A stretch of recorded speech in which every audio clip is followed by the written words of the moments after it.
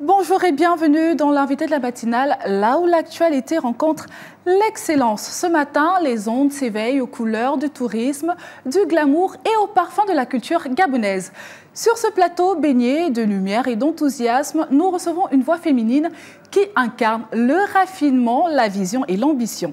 Elle est au cœur de l'événement national qui célèbre à la fois la beauté, le talent et les richesses touristiques de notre pays. Madame, Monsieur, notre invitée de la matinale est la vice-présidente de l'organisation Miss Tourisme Gabon, Owonga Billet Marie-Annie, et ensemble, nous parlerons des contours de la deuxième édition de ce concours. Bonjour Madame et bienvenue. Bonjour, merci. C'est un plaisir de vous recevoir à nouveau pour parler de cette deuxième édition cette fois-ci. Alors, nous allons ensemble faire le bilan de la précédente édition. On va parler aussi de l'organisation de cette édition et des perspectives à venir. Alors, tout d'abord, lorsqu'on entend Miss Tourisme, on sait très bien qu'on parle de tourisme, mais dites-nous, quelle est la mission de ce concours en ce qui concerne ce secteur? Merci pour votre invitation. Je vous en prie. Alors, le concours Miss Tourisme Gabon, c'est une plateforme qui a été mise en place grâce à l'accompagnement, à la collaboration de l'association Événements de Femmes et de l'agence Franisia Espace Mode. Voilà. Son objectif premier est de susciter des vocations chez les jeunes filles. Très bien. Et des vocations entrepreneuriales et de créativité également chez la jeune fille. Vous savez qu'aujourd'hui, il n'y a plus de place dans les entreprises, il n'y a plus de place à la fonction publique. Il faut désorienter les filles, il faut les désintéresser de ce pont-là, leur faire comprendre qu'au-delà de tout, il y a d'autres voies. Exactement. Et voilà pourquoi nous les intéressons justement au domaine touristique et culturel. Et justement, pourquoi ce choix? Pourquoi le tourisme? Vous aurez pu choisir d'autres secteurs. Pourquoi le tourisme spécifiquement? Ah oui, parce que tout simplement, c'est un domaine comme les autres. Et je pense que le tourisme, c'est quand même un domaine qui offre plus de perspectives. Très bien. Trop de perspectives même. Alors, au-delà de la beauté, comment les candidates sont-elles amenées à valoriser le tourisme? Donc, quelles sont les valeurs qu'elles doivent incarner? Alors, je veux dire au début que lorsque nous lançons le concours, nous exigeons d'abord une connaissance du domaine touristique. D'accord. Ne fût-ce qu'un peu, ne fût-ce qu'un minimum. Et nous différents sites touristiques. Voilà, non seulement ça, mais tout ce qui est touristique. Parce que l'art culinaire est touristique, la communication est touristique, la mode également est touristique. Nous demandons à ce que les filles qui se présentent soient déjà intéressées par ce domaine. La beauté, elle est subjective. Donc, ce n'est pas parce qu'on est belle seulement que ça va passer. Et c'est pour cela qu'au début, justement, lorsque nous lançons les concours, les annonces, il y a plein de filles qui viennent s'inscrire. L'année dernière, nous avons eu 397 filles inscrites. Au finish, nous n'avons retenu que 20. Et il y a 18 qui ont passé la finale. Et cette année-ci, il y en a 210 qui se sont présentés. Et la plupart, elles viennent pour vous dire « je suis jolie ». Ce n'est pas du mannequinat que nous faisons. Nous faisons de l'accompagnement des jeunes filles pour qu'elles sortent de leur précarité, pour qu'elles sortent de la demande, en fait. Très bien. Et le minimum, bien évidemment, c'est de s'intéresser au secteur touristique. Voilà. Alors, donc, avant de déboucher sur cette édition, revenons ensemble sur la précédente. Donc, une femme a été sacrée l'année dernière Miss Tourisme. Donc, quel bilan faites-vous de l'organisation de la première édition? Alors, comme toute action, il y a un début. Exactement. Et le début, il est souvent soumis à des aléas. Vous voyez, nous avons lancé la première édition, elle s'est bien déroulée, à notre avis. C'était une première sortie. Nous avons élu justement des filles. Il y avait une Miss et 4 dauphines. Et 4 dauphines, d'accord. Voilà. Nous avons donné la chance à chacune d'elles. Et vous comprendrez avec moi vous convenez avec moi que tous ceux qui vont à l'école ne réussissent pas toujours. Et celle qui sort du lot aujourd'hui, d'ailleurs, c'est la 4e dauphine qui fait dans le manioc, dans la boisson de manioc, c'est-à-dire qu'elle transforme le manioc en boisson. D'accord. Le manioc alcoolisé, que nous connaissons, que nous mangeons avec des plats en boisson. Voilà. Très Donc, intéressant. Vous voyez, et il y a une autre également qui fait des bijoux, qui confectionne des bijoux à base de la résine.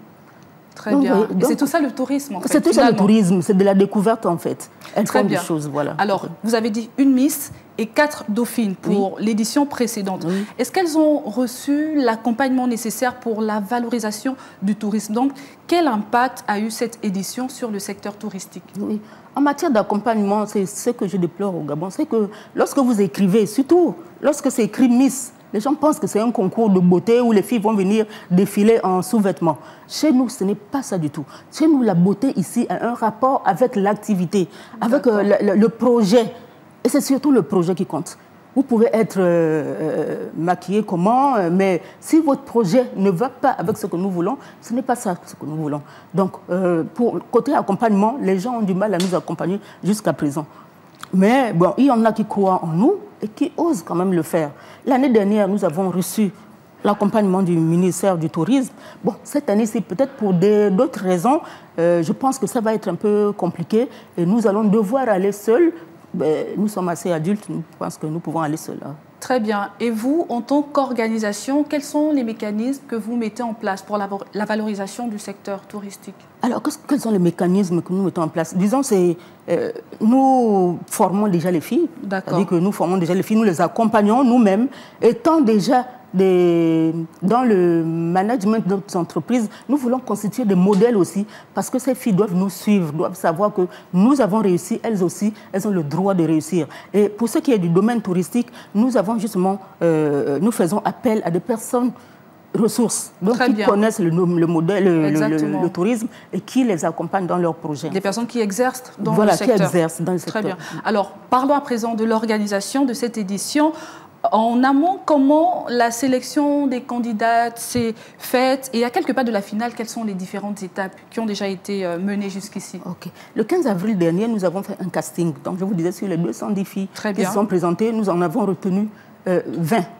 Alors, cette année-ci, l'innovation est que nous avons fait appel aux filles de l'intérieur également. C'est une question que j'allais vous poser. On parle de tourisme.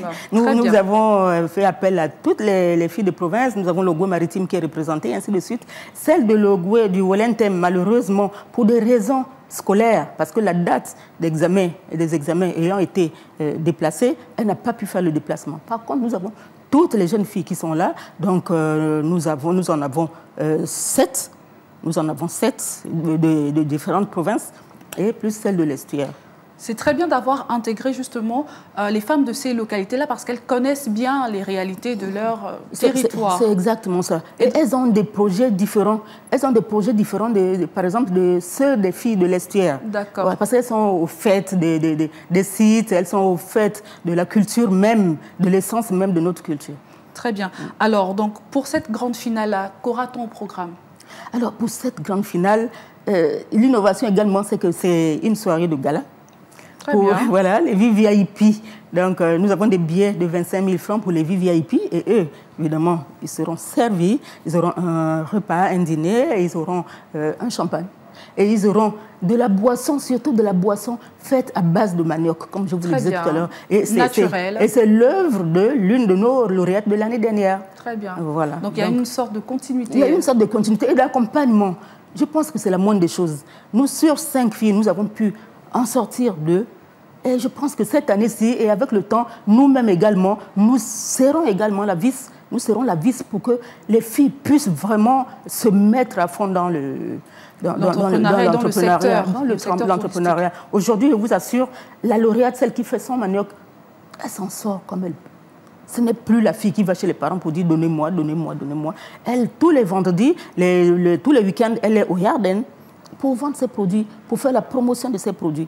Vous voyez? Et nous sommes là pour l'aider à consommer et pour l'aider à justement les distribuer. Et donc, c'est un impact réel de ce concours sur ces jeunes femmes-là? Oui, nous l'avons même présenté à monsieur le ministre du Tourisme, oui, qui lui a conseillé, qui l'a conseillé d'aller à la vitrine artisanale.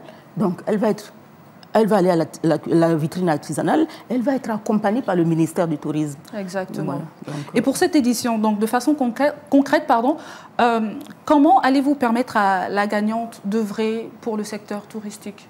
Alors, nous, comme je vous le disais, nous faisons avec nos moyens, les moyens que nous avons. Nous avons prévu au départ une cagnotte de 3 millions de francs CFA. Cette cagnotte n'est pas seulement pour la Miss, mais c'est pour l'ensemble des lauréates. Voilà. Donc celle qui gagnera, et c'est ça également ce que nous voulons, c'est que les filles qui arrivent, qui participent au concours, doivent déjà avoir débuté, fait une esquisse de leur projet. Il ne faut pas que ce soit des projets juste rêveurs, juste futuristes et qui ne disent rien. Mais c'est surtout des projets qui sont déjà en œuvre, qui sont déjà en application, que nous allons devoir accompagner. Très bien. En plus de l'accompagnement, là, vous êtes à la 2e édition, donc c'est un jeune concours. Quelles sont les difficultés que vous rencontrez au quotidien? Alors, les difficultés, ce sont les dépenses, évidemment. Nous faisons venir des filles de l'intérieur. C'est à nos propres frais. Nous les logeons à nos propres frais. Nous les nourrissons à nos propres frais. Exactement. Et tous les courriers que nous avons envoyés pour des demandes d'accompagnement n'ont presque pas abouti. Pourquoi? Parce que les gens pensent que c'est un concours ordinaire. Exactement. Les gens disent que c'est du dilettantisme, mais alors qu'il n'en est rien. Malgré le fait qu'il figure dans ces courriers le mot entrepreneuriat féminin. Donc l'accompagnement des jeunes filles. Vous conviendrez avec moi que chaque fois que vous sortez une jeune fille de la rue, vous rendez service à la société, exactement, vous rendez service à la communauté, vous rendez service à sa famille également. Et elles reçoivent des formations aussi. Elles reçoivent des formations sur l'entrepreneuriat, sur la prise de parole en public, vous voyez, et sur également le tourisme, le domaine dans lequel elles veulent se lancer. Vous voyez. Donc nous, aujourd'hui, vraiment, je supplie ces personnes auxquelles nous avons écrit pour leur dire que nous avons besoin de vous, que chacun fasse sa part. Nous faisons déjà la nôtre. Mais en même temps, les frustrations naissent de ce que nous attendons des autres. C'est notre projet, nous savons ce que nous voulons. Nous ne voulons pas nous enrichir dessus, nous voulons accompagner les jeunes filles. Valoriser le secteur, le patrimoine gabonais. Mais c'est surtout l'entrepreneuriat. Sortir ces filles pour leur faire comprendre que dans ce domaine touristique, il y a des voies, il y a des opportunités qu'elles peuvent saisir pour s'en sortir. Très bien. Alors, vous avez la caméra en face de vous. Pour les jeunes filles gabonaises qui vous regardent, quel message vous souhaitez leur faire passer? Alors, j'aimerais demander aux filles, aux jeunes filles qui ont des idées, des opportunités d'affaires en matière de tourisme et d'artisanat, que nous sommes à leur disposition, que nous voulons, ce que nous voulons, nous, en tant que comité d'organisation du concours Miss Tourisme Gabon, ce n'est pas de les faire défiler en sous-vêtements. Ça n'existe pas chez nous. Nous voulons vous donner une autre image. Nous voulons que vous alliez vers l'indépendance financière, pour que demain, vous ne soyez plus là à tendre la main à vos amis, à vos copains ou à tendre la main à vos parents. Aujourd'hui, il y a des filles qui s'en sortent, qui, malgré le fait qu'elles n'aient pas de moyens, mais elles s'en sortent parce qu'elles ont de la volonté. Voilà.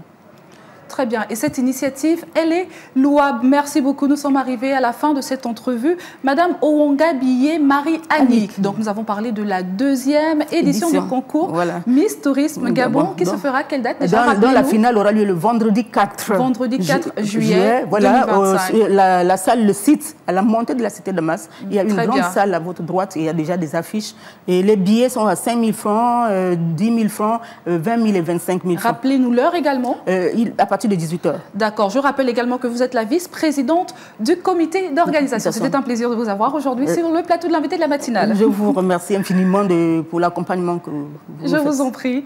Merci de nous avoir suivis. C'était un plaisir de vous servir. Nous refermons cette page de l'invité de la matinale sur cette touche élégante, glamour et surtout empreinte de valorisation du patrimoine gabonais. Je vous invite à l'ouvrir demain à la même heure et toujours sur Gabon 24. Au revoir.